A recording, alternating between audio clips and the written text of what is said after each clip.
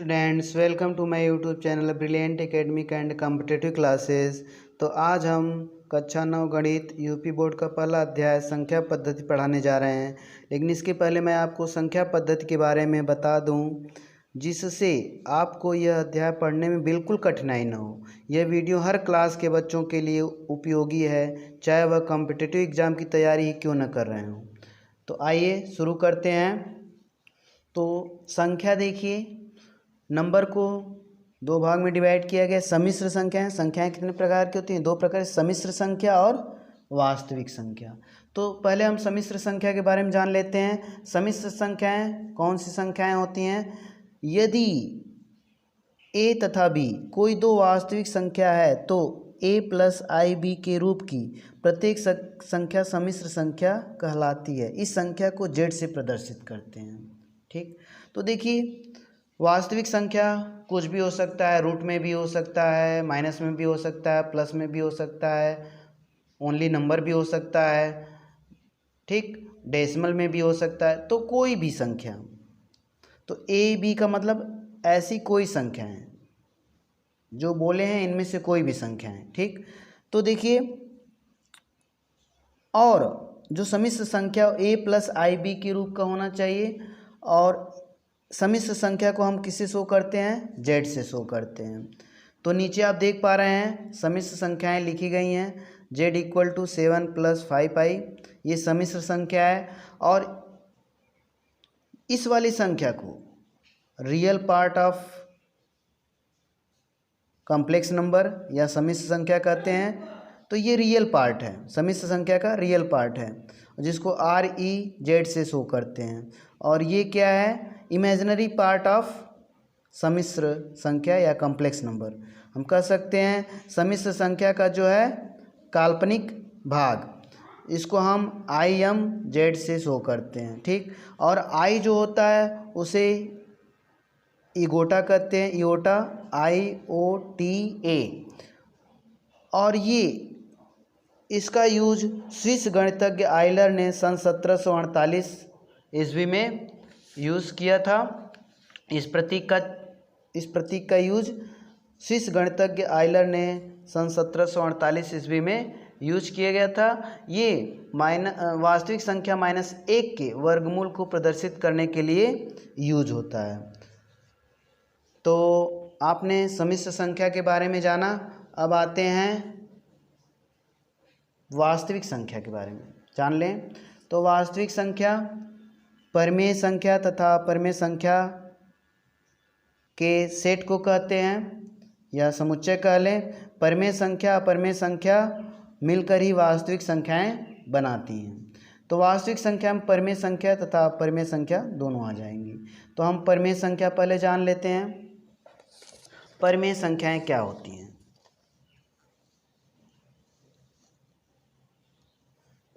तो देखिए, जैसा कि आप देख पा रहे हैं, परिमेय संख्या, यदि कोई संख्या जिसे p/q के रूप में लिखा जा सकता हो, जहां q नॉट इक्वल टू 0 होना चाहिए। ठीक, ऐसी कोई संख्या जिसको हम p/q के फॉर्म में लिख दें, वो परिमेय संख्याएं कहलाती हैं। जैसे कि अगर यहाँ पे देख लें एग्जाम्पल, 3/5 है, यहाँ पे p हो गया 3 और q हो गया 5, ये परिमेय संख्या हो गई। यहाँ पे p हो गया -2 और q हो गया 5, ये भी परिमेय संख्या हो गई। तो जितनी भी संख्या है जिसको हम p/q के फॉर्म में लिख सकते हैं, q नॉट इक्वल टू 0 होना चाहिए, वे परिमेय संख्याएं कहलाती हैं। तो परिमेय संख्या हम किसको कह सकते हैं? किसको हम परिमेय संख्या कह सकते हैं? प्राकृतिक संख्या, प्राकृतिक संख्या को भी परिमेय संख्या कह सकते हैं, क्योंकि प्राकृतिक संख्या 1 2 3 4 5 डॉट डॉट, मतलब इसी क्रम में चलती जा रही हैं आगे की संख्याएं। इसके आगे की सभी संख्याएं जितनी भी आगे बढ़ती जाएं, सब प्राकृतिक संख्या में आएगा अनगिनत तक।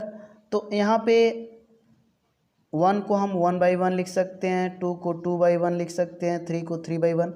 आखिर ये p/q के फॉर्म में लिखा गया, 1 को भी लिखा गया, 2 को भी लिखा गया, 3 को भी, 4 को भी। तो ये सब संख्याओं को हम p/q के फॉर्म में लिख सकते हैं। ये परिमेय संख्या हो गई। पूर्ण संख्याएं, जो संख्या, ये पूर्ण संख्या भी है, परिमेय संख्या, क्योंकि इनको भी हम p/q के फॉर्म में लिख सकते हैं। जैसा कि बगल में लिखा गया है, और एक चीज़ हम बताना भूल गए, थोड़ा सा इसमें हम बता दे रहे हैं। परिमेय संख्या के समुच्चय को Q से शो करते हैं, प्राकृतिक संख्या के समुच्चय को N से शो करते हैं, अपूर्ण संख्या के समुच्चय को W से शो करते हैं। अच्छा, ये भी परिमेय संख्या है आपकी, क्योंकि इसको भी हम P/Q के फॉर्म में लिख सकते हैं। और जितने भी पूर्णांक हैं सब परिमेय संख्याएं हैं, क्योंकि जितने भी पूर्णांक हैं चाहे धनात्मक हो चाहे ऋणात्मक हो, वे सब परिमेय संख्या कहलाते हैं, क्योंकि सभी को हम P/Q के फॉर्म में लिख सकते हैं। पूर्णांक को I या Z से शो करते हैं, ऋण पूर्णांक को I माइनस और Z माइनस ऊपर लगा रहेगा ऐसे शो करते हैं, और धन पूर्णांक को I प्लस या Z प्लस से शो करेंगे। तो अब देखते हैं दशमलव की संख्याएं। जितनी भी दशमलव की संख्याएं हैं उसको भी हम P/Q के फॉर्म में लिख सकते हैं। देखिए, दशमलव की संख्याएं कितने प्रकार की होती हैं? 2 प्रकार की, शांत दशमलव प्रसार या अशांत या अनवसानी आवर्ती दशमलव। ये दोनों सेम चीज़ें हैं, अशांत या अनवसानी आवर्त दशमलव प्रसार। ये दोनों जो है परिमेय संख्याएं कहलाती हैं, क्योंकि इस प्रकार के दशमलव प्रसार को हम P/Q के फॉर्म में लिख सकते हैं। वीडियो के एंड में मैं इसको एक्सप्लेन कर दूंगा और अच्छे से। और भिन्न जितना भी है वो भी परिमेय संख्याएं कहलाती हैं। अच्छा, 6 में अपने से डाल दे रहा हूँ। इवन या सम संख्या, विषम संख्या, ये सब जितनी भी हैं वो ये सब भी परिमेय संख्याएं कहलाती हैं। जो भी P/Q के फॉर्म में चेंज हो जाए वही परिमेय संख्याएं हैं। ठीक, तो आगे देखते हैं इसमें। अब देखिए, अपरिमेय संख्या ऐसी संख्या जिसे हम P/Q के रूप में नहीं व्यक्त कर सकते हैं, वे अपरिमेय संख्या कहलाती हैं। जैसे √2 का आप वर्गमूल निकालेंगे तो जो भी वर्गमूल आएगा आपस में रिपीट नहीं करेगा, नंबर बदलता जाएगा। दशमलव के बाद जितने भी नंबर होंगे सब बदलते जाएंगे। ठीक, जो भी वर्गमूल होगा आप देखेंगे 1.4 के आगे कुछ होता है तो आप देख लीजिएगा, तो इसका जो वर्गमूल आएगा वे रिपीट नहीं करेगा, वे हमेशा नंबर बदलता रहेगा। तो ये अपरिमेय संख्या हो गई। √3 क्या होगा? अपरिमेय संख्या होगी। 2√2 अपरिमेय संख्या होगी। 1/√2 अपरिमेय। √5 - 1 अपरिमेय। अच्छा, पाई जो है, पाई अपरिमेय संख्या कहलाती है। ये अनवसानी अनावर्ती दशमलव प्रसार जो होता है वे भी अपरिमेय संख्या कहलाती है, क्योंकि ऐसे दशमलव प्रसार को हम P/Q के फॉर्म में नहीं लिख सकते हैं। इसको असंभव है P/Q के फॉर्म में चेंज करना। ठीक, अच्छा देखिए, पाई जो होता है अपरिमेय संख्या कहलाती है, परंतु 22/7 परिमेय संख्या होता है, लेकिन ये इक्वल है। अगर ये अपरिमेय है तो ये भी अपरिमेय होना चाहिए, लेकिन ऐसा क्यों नहीं होता है? क्योंकि पाई का मान 22/7 नियरेस्ट लिया जाता है, इसलिए जो है पाई अपरिमेय संख्या है, लेकिन 22/7 परिमेय संख्या है। अब देखिए, मैं दशमलव की संख्या के बारे में बताने के लिए कहा था, उसको देख लीजिए। दशमलव की संख्याएं P/Q के फॉर्म में चेंज हो सकती हैं। ठीक, लेकिन ये वाला नहीं चेंज हो सकती। जो अनावसानी अनावर्ती दशमलव प्रसार है उसको हम P/Q के फॉर्म में नहीं चेंज कर सकते हैं, लेकिन शांत दशमलव प्रसार और अशांत दशमलव प्रसार इसको हम P/Q के फॉर्म में चेंज कर सकते हैं। तो इसको हम चेंज कर सकते हैं तो ये परिमेय संख्या कहलाएंगी। जैसे 0.25 ये टर्मिनेटिंग है, शांत दशमलव प्रसार है। शांत दशमलव प्रसार का मतलब ये रुक गया हो, रुक जाने का मतलब स्टॉप हो। ठीक, जैसे अगर 1/3 को अगर हम चेंज करेंगे, 1/3 को अगर हम डेसिमल में कन्वर्ट करें, डेसिमल डिवाइड कर दें 3 से, डेसिमल बढ़ाएं 0, 3 3 जा 9, 1, फिर यहाँ पे 0, 3 3 जा 9, 1, ऐसे चलता जाएगा। ये कहीं पे भी स्टॉप नहीं होगा। ये क्रम ऐसे चलता जाएगा, ये कहीं पे भी ये जो भागफल है डेसिमल 3 3 3 3 ऐसे चलता जाएगा। तो इसको जब हम ये डॉट डॉट कर दें, एंड नहीं हो रहा है, तो यहाँ पे डेसिमल 3 पे बार भी इस उत्तर को लिख सकते हैं। डेसिमल 3 3 3 डॉट डॉट को डेसिमल 3 पे पार कर सकते। इसका ये शो हो रहा है कि ये 3 जो है बार बार यूज में हो रहा है, ठीक, आते जा रहा है, कहीं पे फिनिश नहीं हो रहा है, ठीक। जितने पे बार लगा है उतनी संख्याएं बार बार रिपीट हो रही हैं, इसका ये मतलब होता है। तो देखिए ये तो टर्मिनेटिंग है, शांत दशमलव प्रसार है, और ये अशांत दशमलव प्रसार। अशांत या अनवसानी दशमलव प्रसार क्या कहलाता है? जिसमें एंड ना हो, जैसे 3 बार बार आ रहा हो। तो देखिए, क्योंकि इसको आप बदलना जानते हैं पी बाई क्यू के फॉर्म में, जितना डेसिमल 2 प्लेस पे है तो नंबर लिख के बाई 100 कर दीजिए, 3 प्लेस पे है तो नंबर लिख के बाई 1000 कर दीजिए। ये 1/8 आ गया, ये 1/4 हो गया, पी बाई क्यू के फॉर्म में हो गया। तो शांत दशमलव प्रसार जो है आपका परिमेय संख्या कहलाएगी, क्योंकि ये इसको हमने पी बाई क्यू के फॉर्म में लिख दिया। अब देखिए अशांत दशमलव या अनवसानी दशमलव प्रसार, इसको भी हमने पी बाई क्यू के फॉर्म में चेंज कर दिया।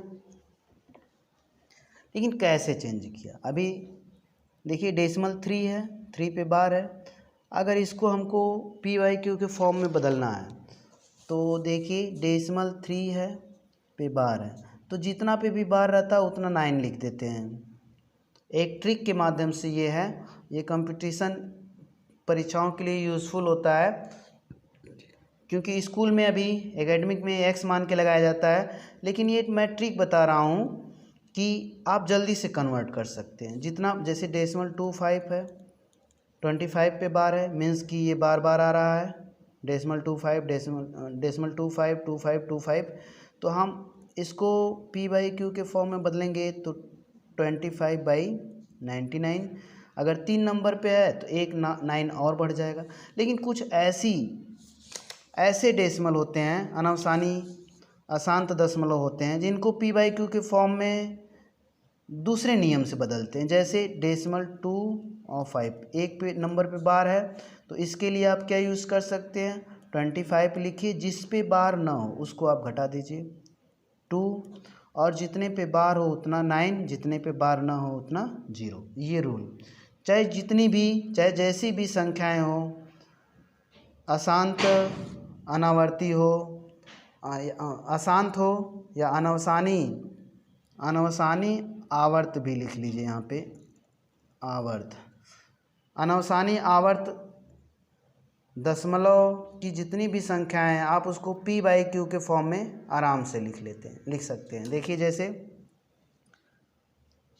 डेसिमल 352 है, मान लीजिए इस पे बार है तो पूरा नंबर लिख लीजिए 352, जितने पे बार नहीं उतना 3, जितने पे बार है उतना 9, और जितने पे बार नहीं उतना 0। इसको आप सॉल्व कर लीजिए, यहाँ पे सॉल्व करेंगे 23/90 हो जाएगा, इसको छोड़ दिए थे, यहाँ पे सॉल्व करेंगे 349 और 990, ये हो गया। तो इसको हमने पी बाई क्यू के फॉर्म में तुरंत चेंज कर लिया, इसको भी हमने पी बाई क्यू के फॉर्म में तुरंत चेंज कर लिया, ठीक। तो ये शॉर्ट ट्रिक होती है, इसके लिए रूल भी आप लिख सकते हैं, देख सकते हैं यहाँ से। तो ऐसे जितनी भी संख्याएं आप अपने से भी ये रूल बना सकते हैं। कैसे? ये तो सीधे सीधे यहाँ तक पता चल रहा है, जितने पे बार है उतना 9, 2 नंबर पे बार है 2 9, 3 नंबर पे बार है 3 9, 1 नंबर पे बार है 1 पे नहीं है, तो पूरा नंबर लिख के जितने पे बार नहीं है उतना हम घटा देते हैं, जितना पे बार है उतना 9, जितने पे बार नहीं है उतना 0। जितने पे पूरा नंबर लिख के हम जितने पे बार नहीं है उतना उसका घटा देते हैं, और जितने पे बार है उतना 9, जितने पे नहीं है उतना 0। ऐसे हम अपने से भी बना सकते हैं। जैसे यहाँ पे P Q R S 4 number है, 1 पे बार है, तो पूरा नंबर लिख के पी क्यू आर घटा दिए, यहाँ से यहाँ तक बनने वाली सभी in P Q R digit से बनने वाली संख्या को हम घटा दिए, और जितने पे बार है उतना 9, जितने पे बार नहीं उतना 0, ठीक। तो ये रूल काम करता है। तो इस प्रकार जितने भी संख्याएं पी बाई क्यू के फॉर्म में चेंज हो जाएंगी वे परिमेय संख्या होंगी, ठीक। तो मैंने वीडियो जब बता रहे थे परिमेय संख्या के बारे में तो दशमलव की संख्या वाला छोड़े थे कि इन संख्याओं को कैसे हम p/q के फॉर्म में चेंज करेंगे। तो यहाँ पे हमने एक्सप्लेन कर दिया।